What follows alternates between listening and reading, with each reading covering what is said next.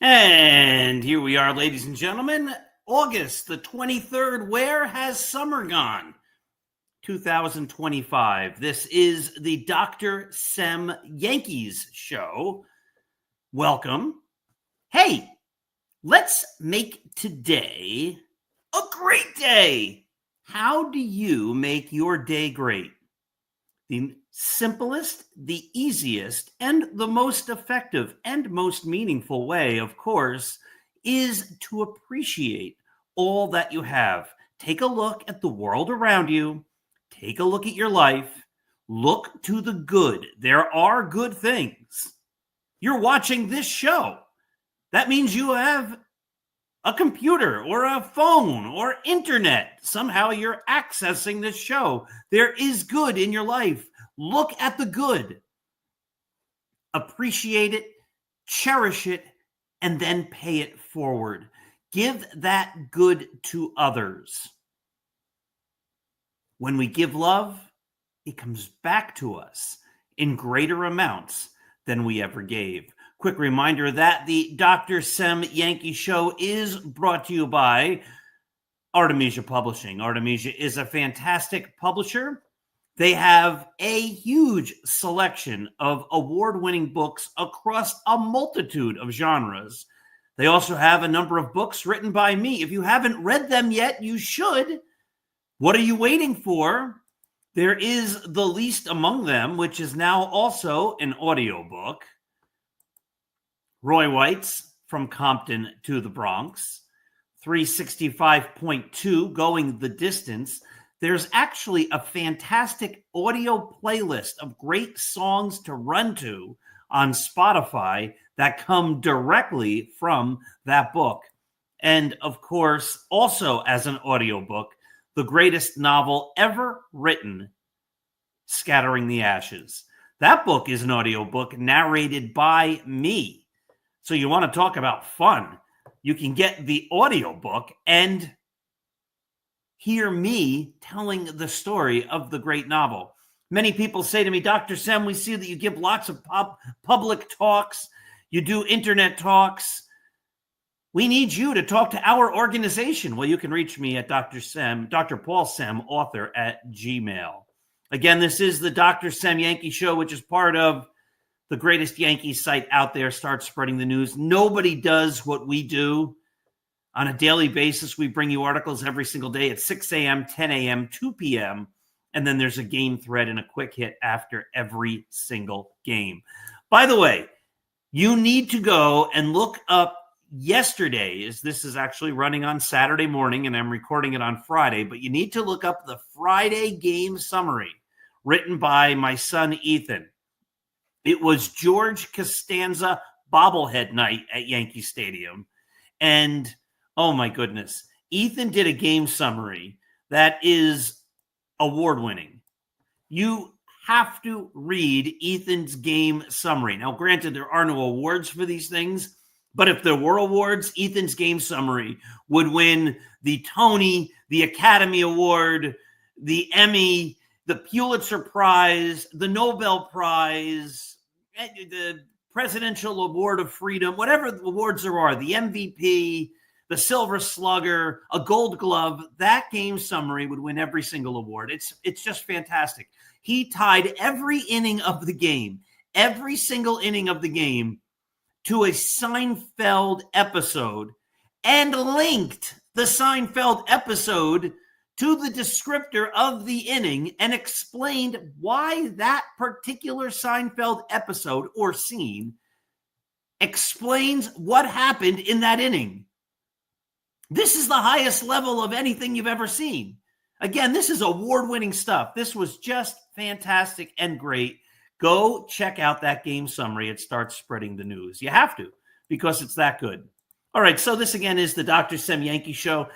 On Monday night, I was talking to E.J. Fagan. We're doing a lot of hypotheticals. We started talking a little about pitcher injuries. And I just wanted to dive a little deeper into the idea of pitcher injuries for just a couple of moments. Now, I am Dr. Sem, but my doctoral degree is in education.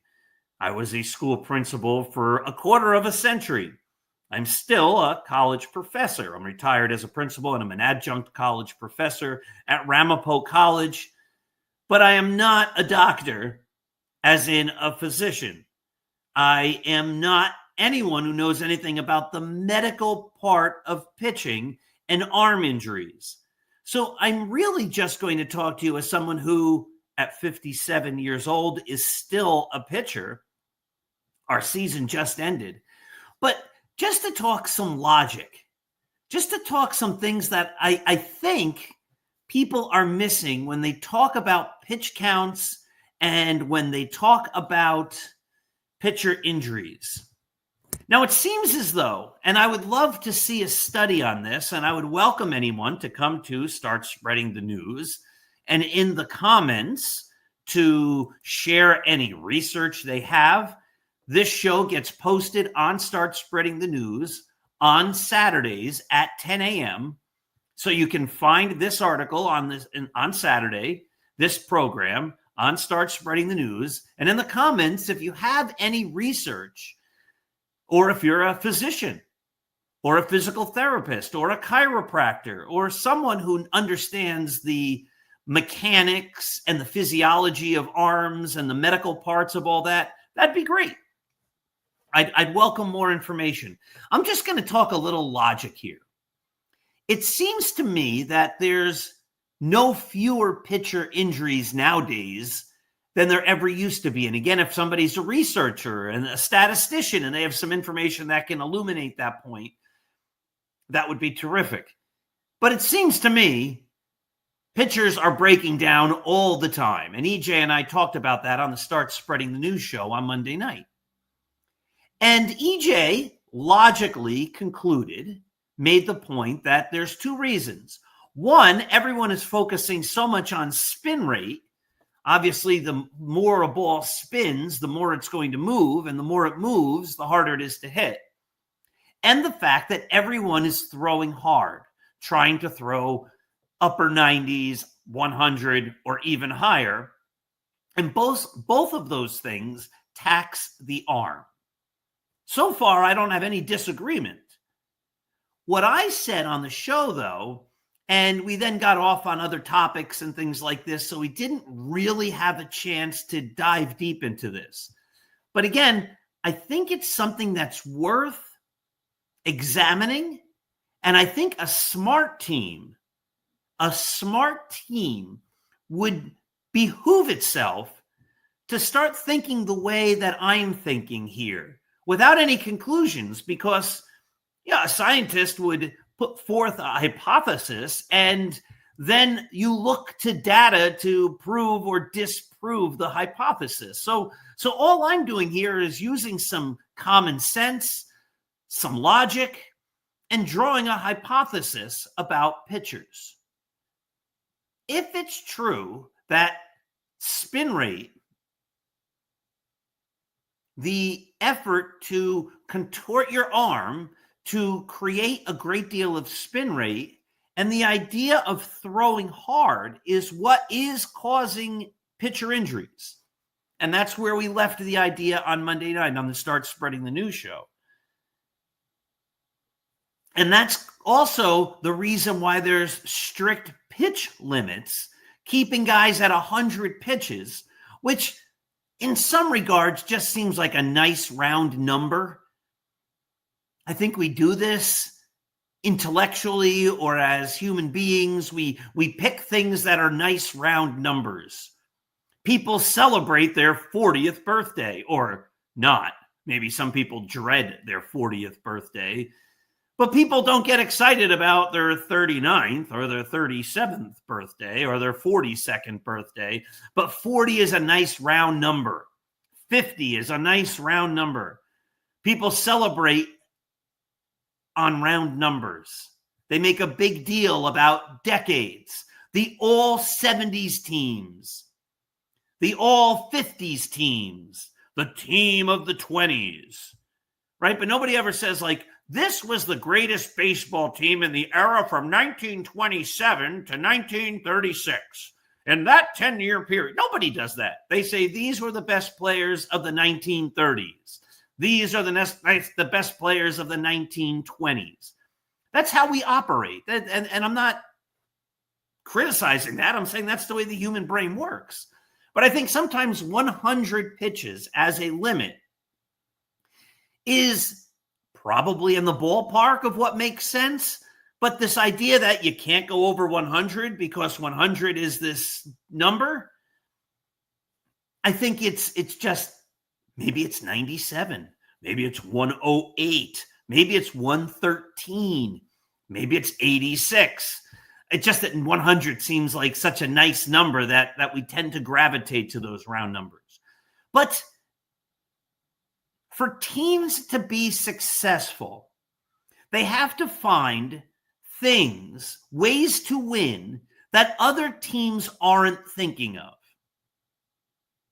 And what I'm thinking of is creating a system for a big league team that, one, reduces arm injuries, and two, lets pitchers pitch deeper into games. So I'm going to take a step back and say one of the reasons that experts, some people, are saying that's causing people to have arm injuries is because they're throwing so hard. If you're trying to ramp up to 100 miles an hour, ballpark, again, nice round number, right? If somebody's throwing 97, they say, I can throw 100. Well, he can't. He throws 97, but we don't really say that. We say he throws about 100. He's a 100-mile-an-hour pitcher. But if the idea is in order to throw 100, that is going to tax your arm to the point where you're going to get hurt, well, that's a market inefficiency for a baseball team to have a pitcher who's throwing and he's going to get hurt. And then you're going to have him not on your team, making your team worse. He's going to have to rehab. You're going to have to find another pitcher. So what can teams do, or at least look into? What can teams consider to try to possibly reduce arm injuries? And here's a thought. Teach the pitchers not how to ramp up and gas up and throw 100 pitch after pitch after pitch, but actually how to pitch. Now watch. We hear this about so many pitchers. Ron Guidry, I remember going through this. We heard it about CC Sabathia. You hear it about almost every flamethrower that comes up and has come up since the beginning of time. I kind of remember them saying this about Tom Seaver. In the beginning, when they can throw hard, they just blow people away. And then they go through a period where their fastball loses something and they stop blowing people away. And that's when the pitcher says, I had to learn how to transition from a thrower to a pitcher. In other words, I couldn't just throw hard anymore. I had to learn how to pitch. And by learning how to pitch, that meant I had to figure out how to outsmart the hitter, how to pitch to certain spots, how to pitch to certain locations, how to outsmart the hitter by throwing what they don't expect. I remember watching Phil Niekro, who obviously was a knuckleball pitcher. And he had a fastball that wasn't very fast. But when he would throw his fastball, because everybody was gearing up for the knuckleball, the fastball would seem faster. So part of the idea of learning how to pitch is to know when to use the fastball. Not every pitch, not primarily the fastball, but how to use the fastball at opportune times. And logically, it could be that if you're throwing less fastballs, you're taxing your arm less. The stories of the old-time pitchers, the guys like Bob Feller, the guys like Walter Johnson over 100 years ago, they said those guys could throw 100. Now, I don't know if they could, and no one will know. They used to do things like they'd have the pitcher throw at the exact same time a racehorse would run, and was the pitch faster than a racehorse to try to time these things because they didn't have radar guns to figure out how fast the guy was throwing. But those guys pitched 7 billion innings a year. Well, how could they do that and not break down? One reason they said they could do that was they only used their fastball when they really needed to. They allowed, by throwing fewer pitches, the batters to put the ball into play by pitching smart. I'm not just going to ramp up and throw my fastball right down the middle. I'm going to throw to locations. So if you hit it, you're going to hit a ground ball, or you're going to hit it off the end of your bat. You're going to pop it up. I'm going to become a pitcher instead of a thrower. Look, I pitch. I can't throw fast. I'm 57 years old, but I still pitch. If I throw as hard as I can, just think about this logically. How many times can I throw? How many pitches will I be able to throw if every single pitch I'm throwing as hard as I can? 10? 25? Eventually, if you're throwing as hard as you can, try this. Warm up, go outside, and throw as hard as you can. And then, instead, take a little off and throw a little softer. Don't ramp up, but throw that fastball occasionally.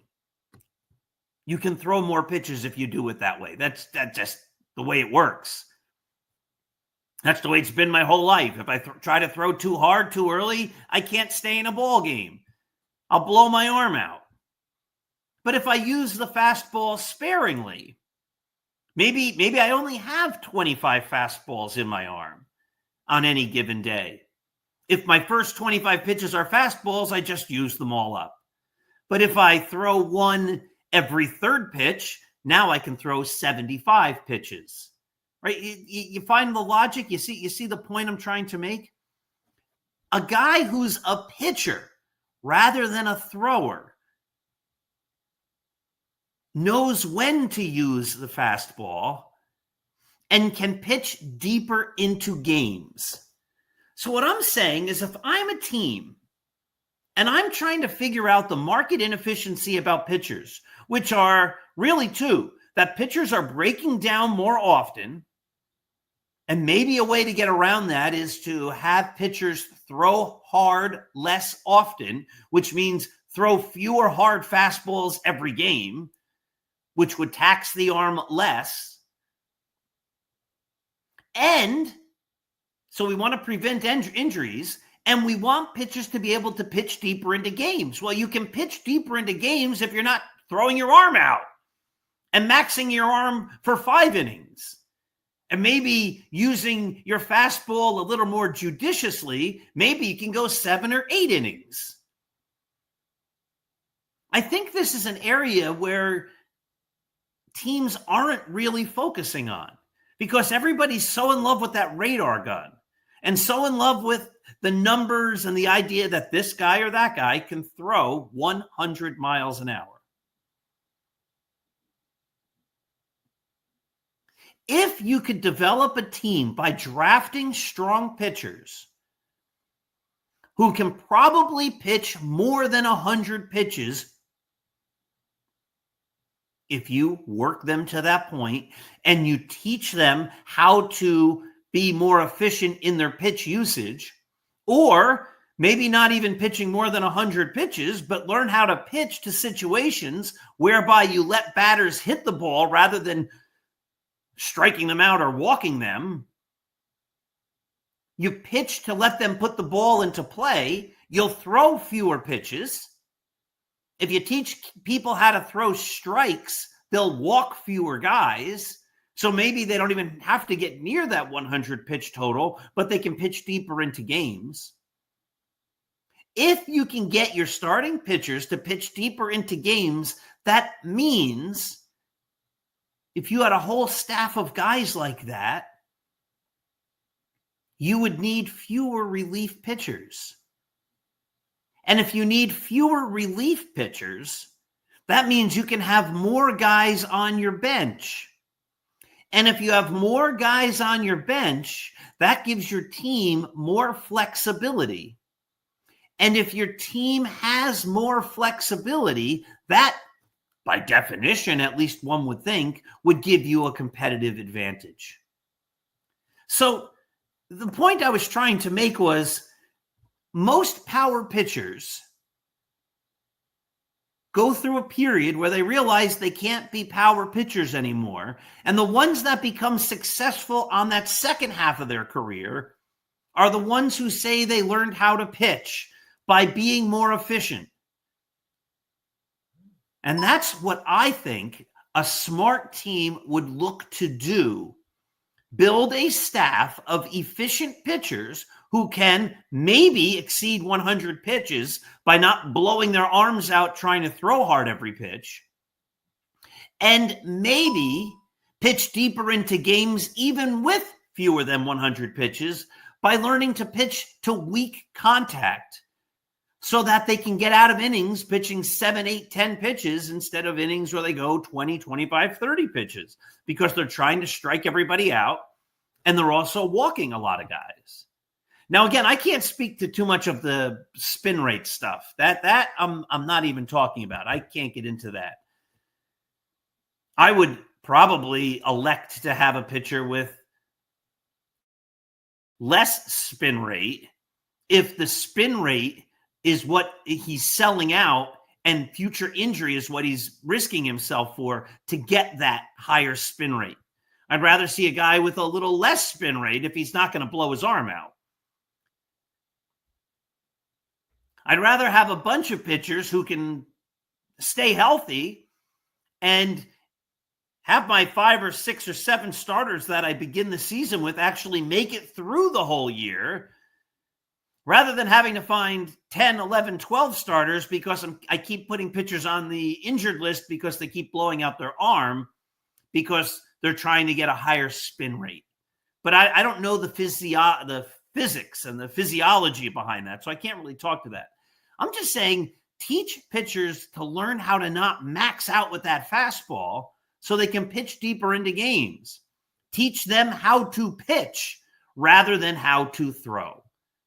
It's an interesting idea. Again, I could be totally mistaken here.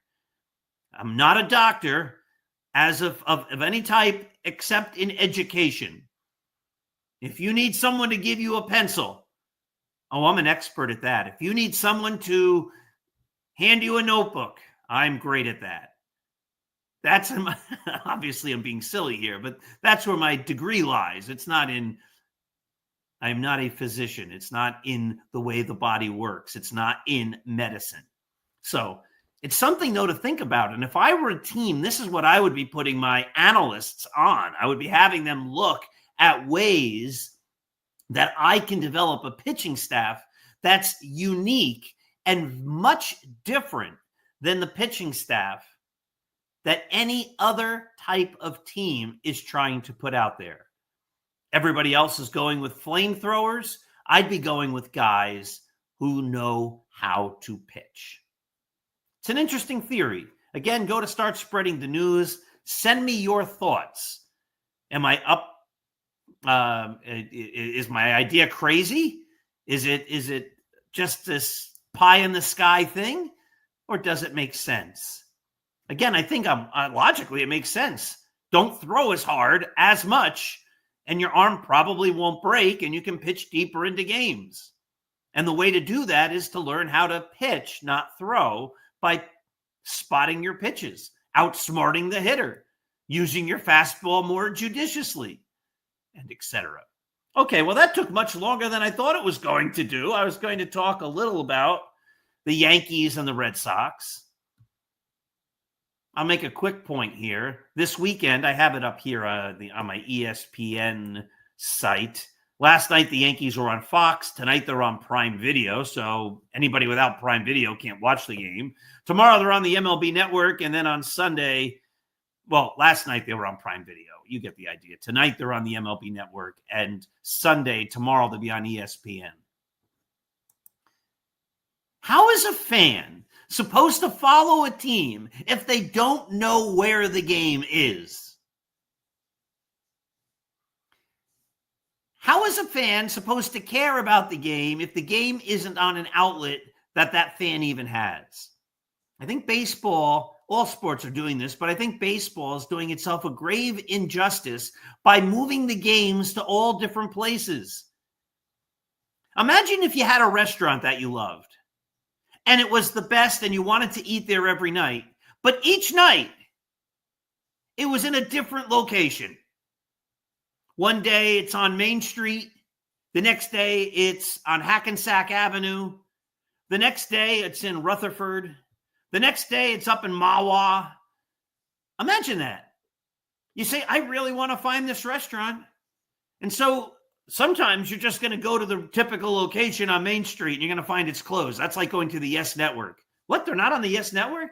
Then you have to get out your phone or an app or something and you look and you go, oh, that's right. Tonight they're actually at the whatever club, which I don't have access to. Well, I guess I'm not going to eat there.